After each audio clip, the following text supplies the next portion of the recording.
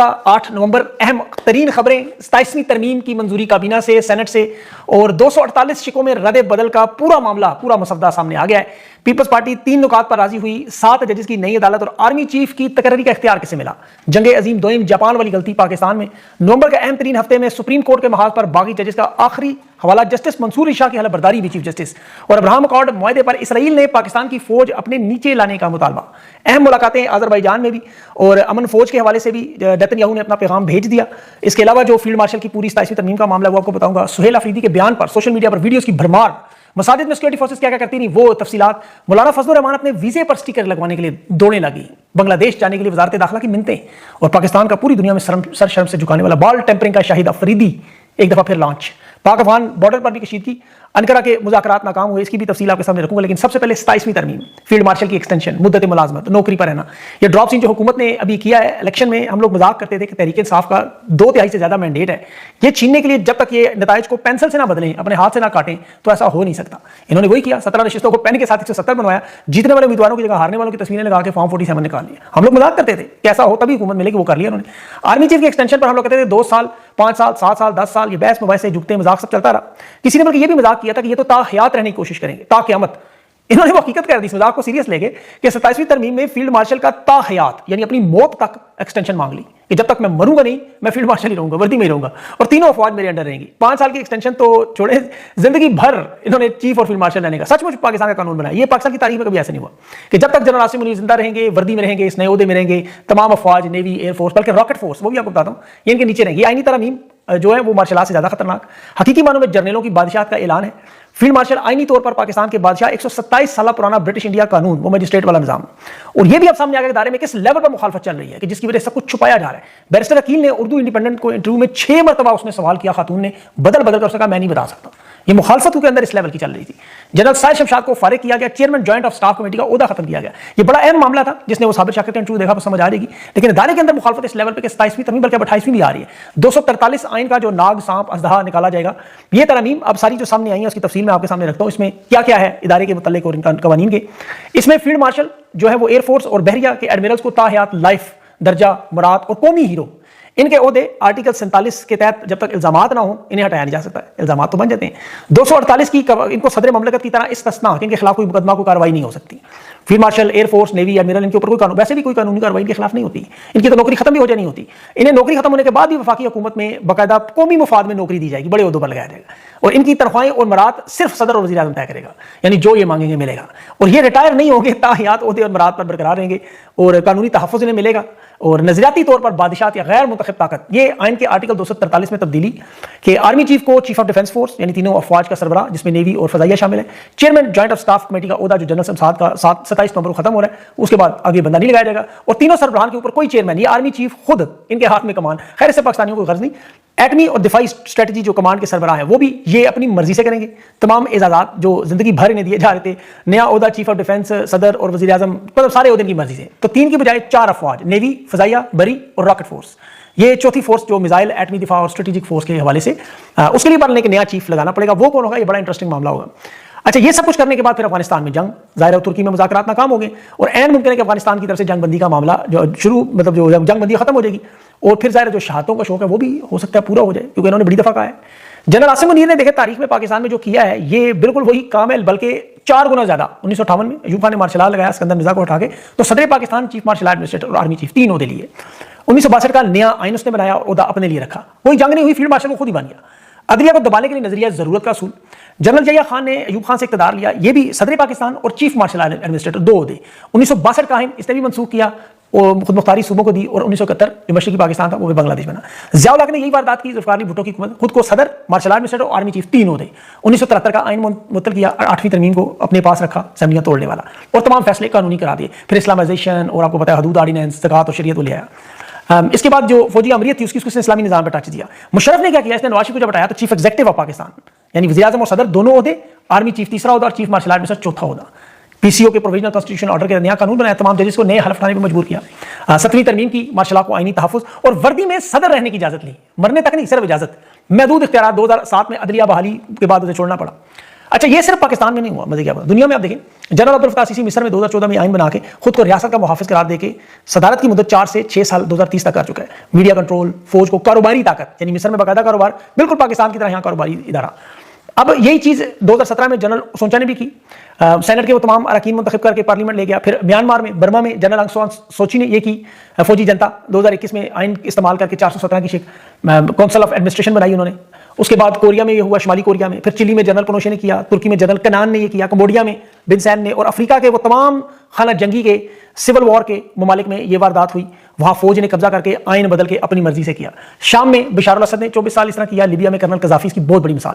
इंजाम इन सब का देखें, एक एक बंदे का दर्दनाक इबरतनाक इंजाम, ये उठा के आप गूगल में पढ़ लें, सारा लिखा हुआ।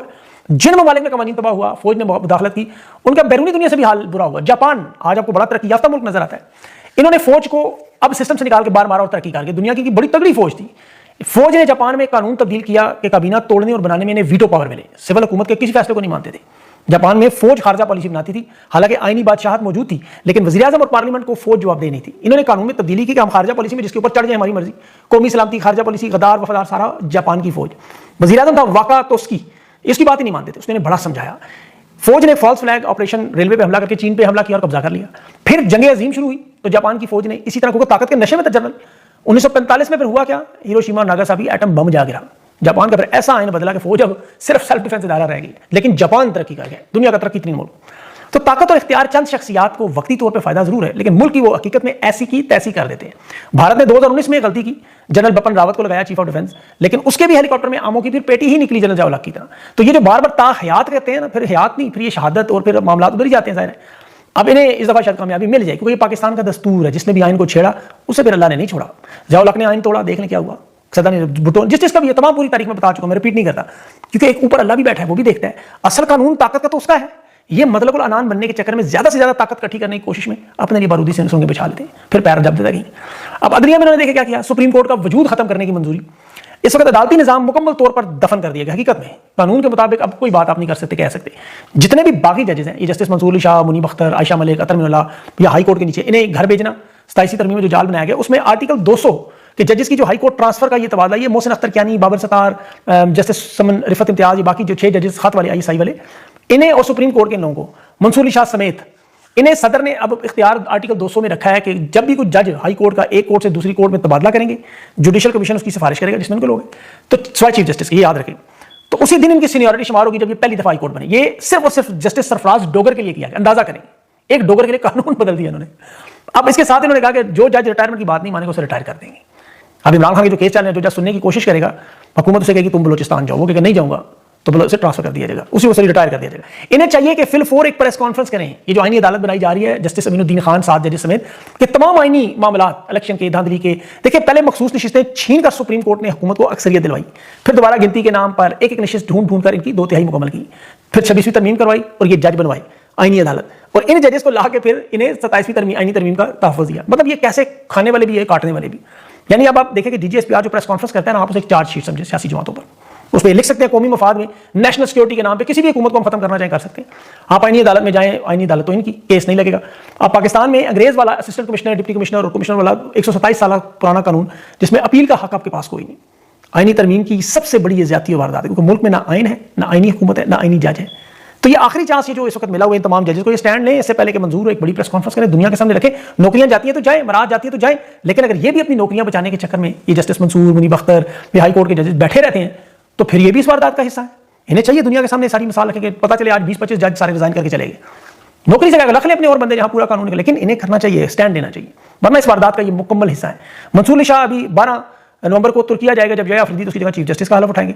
उस वक्त इस तरह का कोई काम नहीं है, ये सारा वारदात है। फिर बदकिस्मती इसमें इस वक्त अदलिया में भी ऐसे ही बुज़दिल लोग हैं, बहरान आया हुआ है, और अदलिया की हमायत के लिए सियासी जमातें हमेशा पाकिस्तान में खड़ी होती नहीं। आज इमरान खान जो आपको पता है अदलिया की जंग लड़ रहा है, आज खुद 2 साल से जेल में। अदलिया की जदोजहद में ये सियासी जमातें तो ऐसे डूबी हुई, इतनी कमजोर है कि मौलाना फजलुर रहमान सिर्फ बांग्लादेश के वीजे पर स्टीकर के लिए वजारत दाखिला की मेहनत कर रहे हैं कि मुझे बांग्लादेश जाने दें। ये तो हालात है इतनी बड़ी स्ट्रीट पावर वाली। बाकी जो पाकिस्तान की सियासी जमातें कर रही है वही करती नहीं जो हर डिक्टेटर के साथ उस दौर की जमातें। देखें जिस तरह वो नहर पे आप जाए ना लाहौर में, या बचपन में मौत के कुएं में नाचने वाले आपको नजर आते हैं कुछ, शुरू में वो बड़ी डिमांडिंग करते हैं, लेकिन आखिर में अनजान लोगों से मोटरसाइकिलों में जाते हुए नजर आते हैं। ये वही हाल है तमाम सियासी जमातों का। इन्होंने बड़े नखरे किए, उछल कूद की, हम ये कर दें। आर्टिकल 243 की हमायत का ऐलान खुद बिलावल कर रहा है। परवेज मुशर्रफ को हालांकि काफ लीग ने जब बावर्दी सदर बनाया तो उस वक्त तो नून लीग ने बड़ा शोर मचाया, पीपल्स पार्टी और पीटीआई के साथ मिलकर ये लड़ते रहे। आज अपने इक़्तिदार के लिए 4 कदम बढ़ के आसिम मुनी को ताहयात बावर्दी फील्ड मार्शल मानने और इल्जाम इमरान खान पे लगाते रहे कि ये फैज मीर के साथ 10 साल हुकूमत करेगा। ये वो वारदात थी जो फौज ने बता के ये लाई आर्मी चीफ। इख्तियार वली, अता तारड़, बैरिस्टर की बातें सुने तो आपको हंसी भी नहीं आती, क्योंकि यही वो लोग हैं जो फौज की ईंट से ईंट बजाने का, जो दहशतगर्दी के पीछे वर्दी के नारे लगाते रहे, जनरल बाजवा की टांगे कांपनी, पसीना, पेशाब से पतलून गीली, ये बातें करते रहे। आज इन्हीं की बूटों के तस्मुख से लटके हुए हैं इक़्तिदार की लालच में। तो पाकिस्तान की तो ईंट से ईंट बजाई जा रही है, आईनी कानूनी हर लिहाज से। अभी ओवरसीज पाकिस्तानी चूंकि इमरान खान के साथ खड़े हैं, इसलिए उन्हें दोहरी शहरियत खत्म करने का मुतालबा, और उसमें कर देते वारदात, मैं आपको गारंटी देता हूँ। मसला क्या है कि आर्मी चीफ के भी अपने खानदान समेत पाकिस्तान के तमाम फौजी अफसरान, पार्लियामेंटेरियन, आप सारे के सारे देख लें, वो सारे दोहरी शहरियत वाले, इसलिए नहीं करते। अब जो अजरबैजान में मामला हो रहा है, शहबाज शरीफ, वहाँ chief of army staff, field marshal, chief of defence वगैरह वगैरह, आसिम मुनी साहब भी मौजूद है। अब इतने सारे उहदे इकट्ठे हैं एक ही शख्स के, और वो तमाम ममालिक में मौजूद है, अब्राहम अकॉर्ड मुआहदे में मुलाकातें कर रही हैं। यहाँ अब आखिरी मरहला ये है, इसराइल के वज़ीर आज़म ने लेकर कहा कि गजा में जो फौज जाएगी हमारी मर्जी से जाएगी। डोनाल्ड ट्रंप ने कहा बिल्कुल तयीद करेगी, आपके नीचे काम करेंगे, यानी फौज इसराइल के साथ मिलकर वहाँ फ़लस्तीनियों को ढूंढ ढूंढ के शिकार करेगी। ये सुहेल अफरीदी के बयान पे बड़ा ना गुस्सा है ना, मस्जिद में कुत्ते बांधने पे बड़ी। एक मस्जिद क्या, यहाँ सैकड़ों मस्जिदों की लोगों ने तबाह बर्बाद होने की बमबारी की वीडियोज़ की बरबार कर दी, वादी तीरा समेत, जहाँ कब्जे भी हैं, कैंप भी बने हुए हैं। खैबर पख्तूनख्वा की मस्जिदों में तो जो हुआ इंसानी जान के साथ कंटेनर आपके सामने हुआ है आंखों के। इन्होंने कहना था वरना नोटंकी है। 9 साल की बच्ची को घसीटने से लेकर हमला औरतों तक जुल्म पंजाब में आपके सामने होता रहा। ये सानिया मुरीद के आपके सामने, वो खरीदा फारूकी साहब दाता दरबार के बाहर जानवर और परिंदे मारने पर अफसोस कर दी, बड़ा गलत काम किया हुकूमत ने, जालिम लेकिन लोग हैं। लेकिन इनकी आंखों सामने डी चौक मुरीद के जो हुआ, एक लफ्ज अगर इनके मुंह से निकला हो किसी के, अपनी आंखों से देखते रहे। और मस्जिदों में कुत्ते से इनको इतना गुस्सा है, अल्लाह रसूल का नाम जिस तरह तलाश करते रहिए, भी आप देखते रहे सब कुछ।